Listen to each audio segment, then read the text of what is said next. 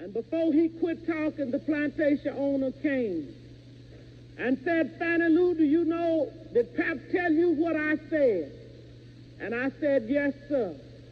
He said, well, I mean that if you don't go down and withdraw your registration, you will have to leave.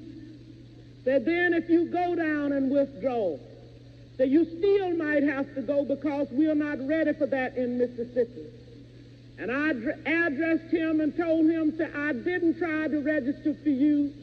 I tried to register for myself. A history maker for the ages, Fannie Lou Hamer was both extraordinary and every woman.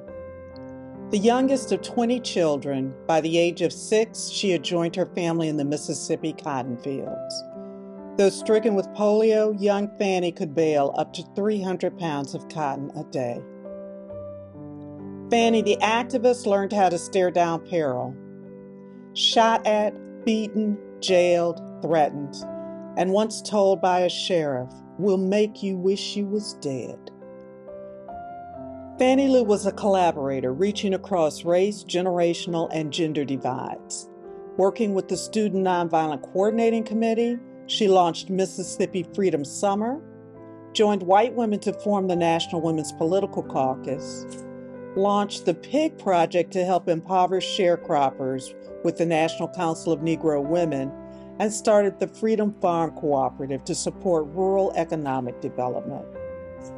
In 1964, she led the Mississippi Democratic Freedom Party to the Democratic National Convention and demanded they be seated as delegates. The same year, she ran for the U.S. Senate, 5 years before Shirley Chisholm became the first Black woman to win election to Congress.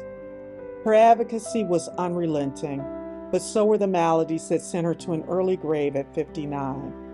During a surgery for removal of a uterine tumor in 1961, without her consent, she received a hysterectomy. Fannie Lou labeled this widely practiced forced sterilization of Black and Native women a Mississippi appendectomy.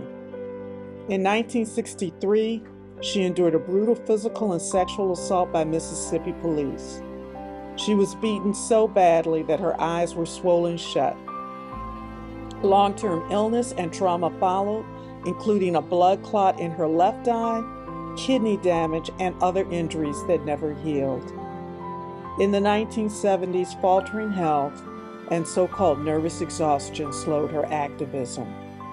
Fannie Lou Hamer died on March 14, 1977. This remarkable woman, a history maker for the ages, blazed the trail for full citizenship.